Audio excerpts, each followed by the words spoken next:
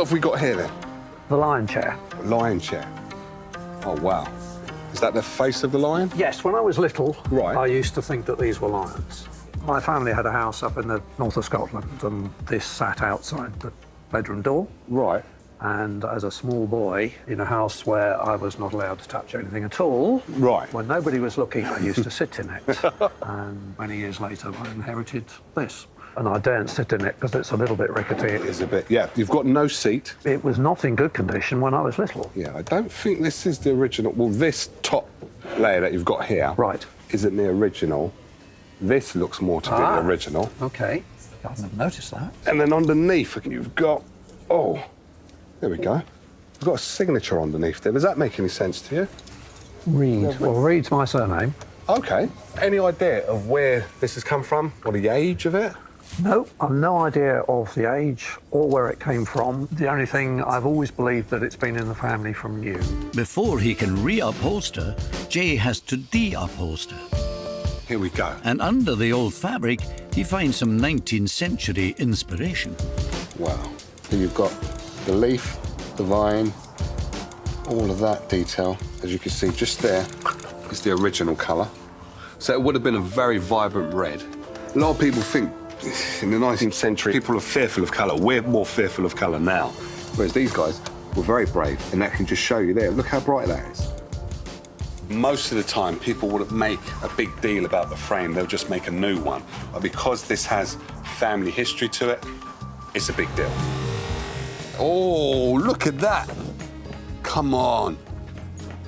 That is special. Do you reckon we ought to lacquer that? No, leave it like that. Let it age with the piece. What I want to have is the bumblebee dead centre. That material got moss. Yeah, they look like moths, but they're bumblebees. I'm telling you, they're bumblebees. Don't laugh. And Will's been roped in to make sure it will be strong enough for owner Neville to sit on for the first time in 50 years.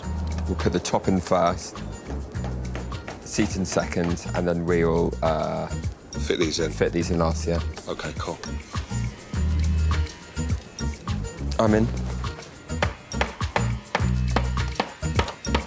Steve, do you want to have a look at your handiwork, mate? Yeah, is it all finished? I just got to tidy it up, dust it off a bit. So there's your moth. The moth chair. The moth chair. Nice. And, Fantastic. and then we got another moth. Yeah.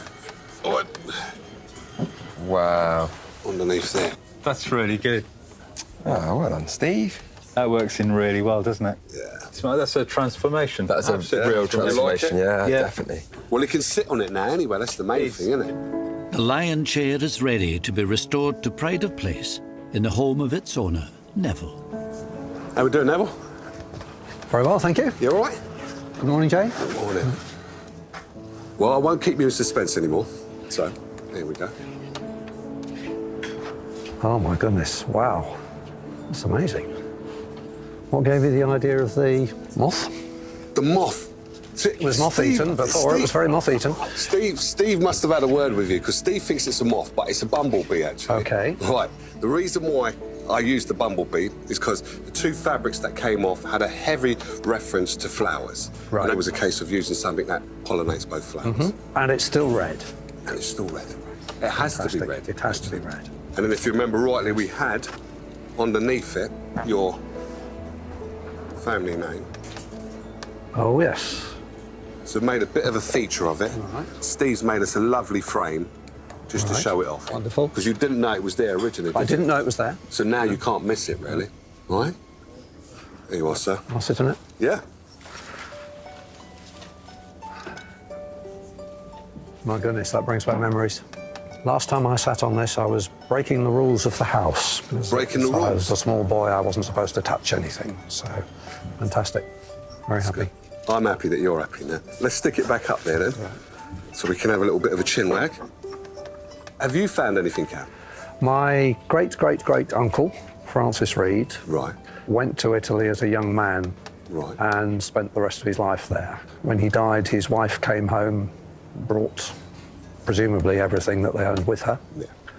And we can assume, perhaps, we can't prove it, that this came home with him from Italy. Wow. And that would have been late 19th century. And his surname was Reed? Reed, isn't it? yes. So that's where we've got the Reed on His the... middle name was Neville, so he was Francis Neville Reed. No, that's amazing.